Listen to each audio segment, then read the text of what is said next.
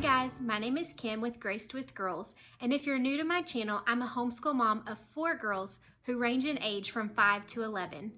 We've been homeschooling now for about 7 years, and on my channel, I'm going to be uploading videos regularly about homeschooling, motherhood, and just life with 4 girls.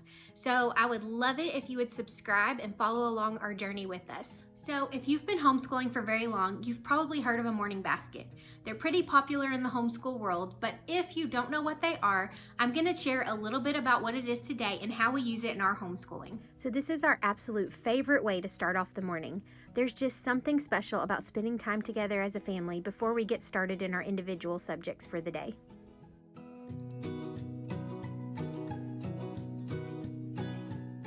So a morning basket is basically just any subjects that you do together as a group in the morning. Some of the things that can be included in your morning basket can be read-alouds or projects that you're working on or group subjects. Basically, it can be anything that all of your kids work together on. So everyone's morning basket will look a little bit different, and what they want to include will just be up to them. One of the things that we always start off our day with is our Bible time. So in our morning basket, we have our Bible devotionals that we're using at the moment. The first one right here is called Indescribable, and it's a devotional by Louis Giglio, and it has devotions about God and science in them. All of my kids really love this devotional. It has a little science topic in it, a prayer that goes with it, and some interesting facts about what you're learning about. So we love to start our day off with this devotional. The other thing that we use is A Content Heart, Finding Godly Contentment in a Me First World by Kim Sorges. This is a great character study on how to be content and how to find contentment in your life, and I've really enjoyed doing this study with all of my girls. The next thing we do is our read-alouds. So first of all, we have this one. This is the Wing Feather Saga, and it's by Andrew Peterson, and this book has been so much fun. My girls have absolutely loved it, and one of the cool things that we're doing with this book is we're actually doing a book club with the girls' cousins. The girls' cousins don't live in our town, but we Zoom and do a book club with them. So we read 5 chapters a week, and then once a week we get together on Zoom and we have a little book club where they talk about the book and ask questions, and it's super fun. Another thing we always do is have picture books. So I have a preschooler, a 1st grader, a 3rd grader, and a 6th grader this year. So for my younger kids, I like to include some picture books in our morning basket, and sometimes they go along with the season that we're in, and other times they're just fun picture books that we like to read.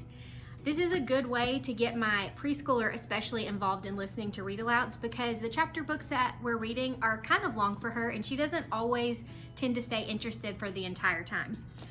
But on that same note, some of the things that I let my girls do while we're doing our Bible time, while I'm reading to them, and while I'm reading the read aloud, is I have activities for them to keep their hands busy.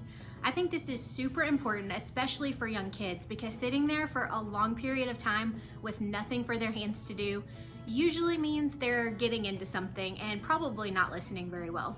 So you can use all kinds of things for this, but I'm going to show you a couple of the things that I really love to use for my girls. So the first thing that they really like are these little set of pop beads. These are super fun, and they don't require any thought, so it's not a distraction to them listening, but it's just little beads that they can put together in any way they want and pop together and make little bracelets or necklaces or anything like that, which is really fun for little girls. But another thing that we like to use is this wooden geo board. So this is basically just a board, and it's got these little metal pegs on it, and it comes with all these different colored rubber bands, and you just stretch the rubber bands, whoops, you just stretch the rubber bands across, and you make little patterns with it. And it also comes with these little pattern cards. So these have different shapes and patterns and designs for you to make on the wooden geo board, and it just makes it fun for the kids. So something else that I let them do is Legos. Pretty simple and pretty basic, but they love it, and it keeps their hands busy while we're reading. Another thing I have them do while we're doing our read aloud is I have all of my girls complete their handwriting for the day. So this doesn't take very long, which is why we have the other activities they can choose from, but it does get it done and it's something they can do while they're listening. I always keep coloring books too. Coloring books are great for fine motor skills, and my girls love to color, so we always keep these and some crayons and markers on hand to go in our morning basket. So here's just a quick look of what my girls are doing while I'm reading to them. These activities just help keep them engaged and actively listening.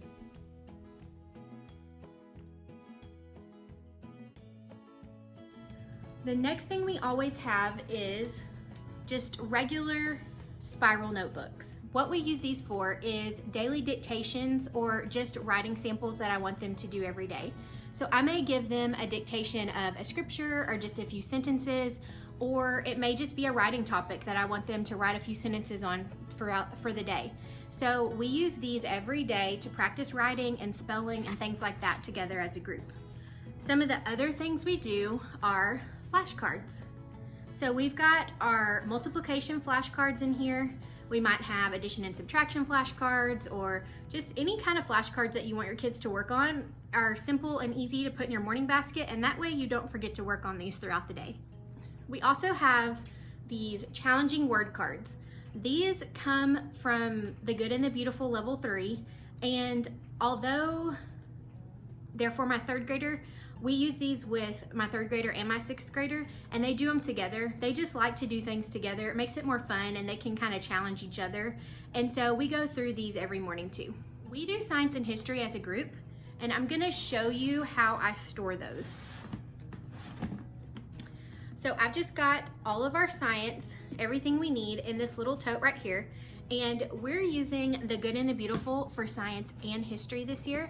And right now we're working on the human body, part 1.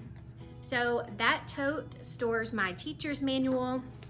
It has any books that we may need that go along with it, and anything else that we would need for science will fit in that tote. So we have the same tote for our history curriculum, and everything we need for history fits in this little tote.